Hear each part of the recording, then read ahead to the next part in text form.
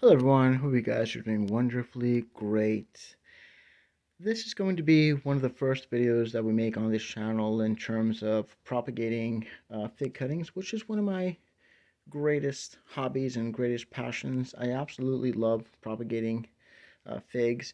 We're going to be trying several different techniques on this channel. We will be experimenting. We'll be taking some statistics on what works and what doesn't. I've already tried these methods many times in the past, and I will hopefully prove with you guys which ones are the more successful and which ones are not.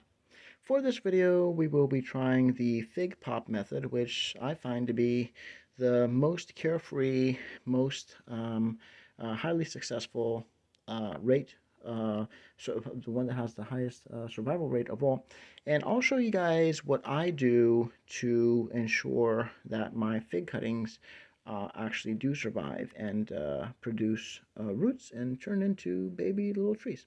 So the materials that we will be needing for this propagation method are, of course, fig cuttings. Now these are a little bit on the green side because I cut these in November. And so you can still see that there are leaves on them. We will be stripping every single leaf off these cuttings, as you will see later in the video. And then we will be cutting them depending on how many nodes we have. Perhaps we can do a minimum of 3 nodes, but preferably 4 nodes per each one fig cutting. If we do 3 nodes, make sure that 2 of them are below ground and 1 of them is above ground. If not, make sure you have 4 nodes so you can do 2 and 2. But we will be doing that later. What other materials do we need? Well, you will be needing these either 2 mil or 3 mil fig pop bags. And these ones that I have here are the 12-inch ones. I find these to be a little bit on the small side.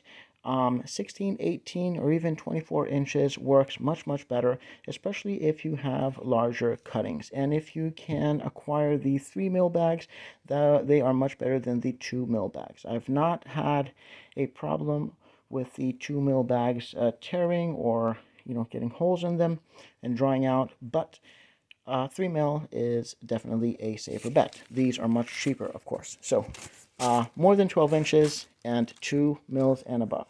The other thing we'll be needing is you can use rooting hormone. I don't really use it that often, but sometimes for green cuttings like those, I find that since the fig is already awake, it might produce roots faster and the rooting medium might help it. If my cuttings are completely dormant, I do not find that the rooting hormone helps it that much. But then again, I could be wrong.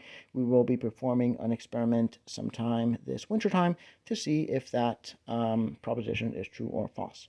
One thing that does make a huge difference is this tape.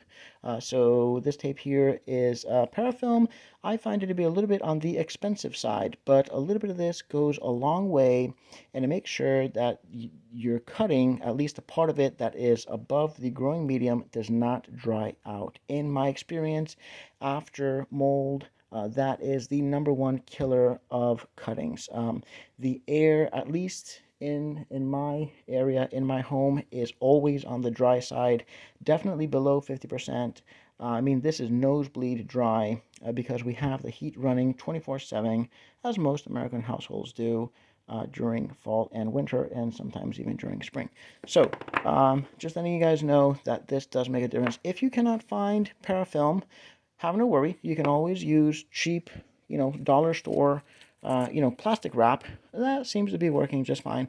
I find this to be good, but not as good as parafilm because it does not breathe, and sometimes it makes your cuttings moldy. So just kind of keep that in mind.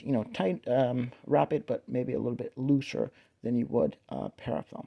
So something to keep in mind. Now, I'll go ahead and show you guys what I use as my growing medium. And all it is, guys, is just compost. That's it. Just cheap compost. You can make your own, or you can buy it from a big box store. It doesn't really matter. If there's any big particles in there, you can always throw those out, pick them out, and throw them out.